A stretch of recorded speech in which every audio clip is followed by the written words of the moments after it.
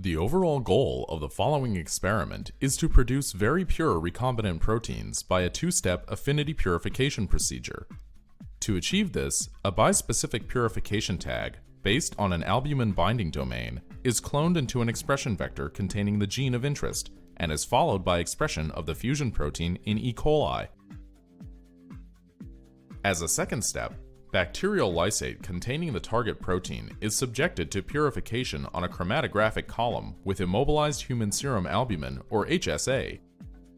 This is followed by an additional purification on a MAB-select superior resistance, or SURE column, containing immobilized Z domain derived from staphylococcal protein A. This results in a highly pure product suitable for demanding applications.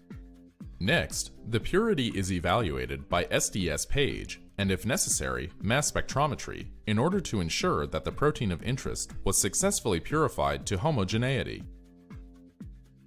The results show efficient purification after two successive steps as compared to a single step with the novel bispecific purification tag utilized in this protocol. The main advantage of this technique over existing methods, like one-step affinity purification, is that pure protein can be achieved by a simple protocol utilizing only one affinity handle, regardless of the properties of the target protein.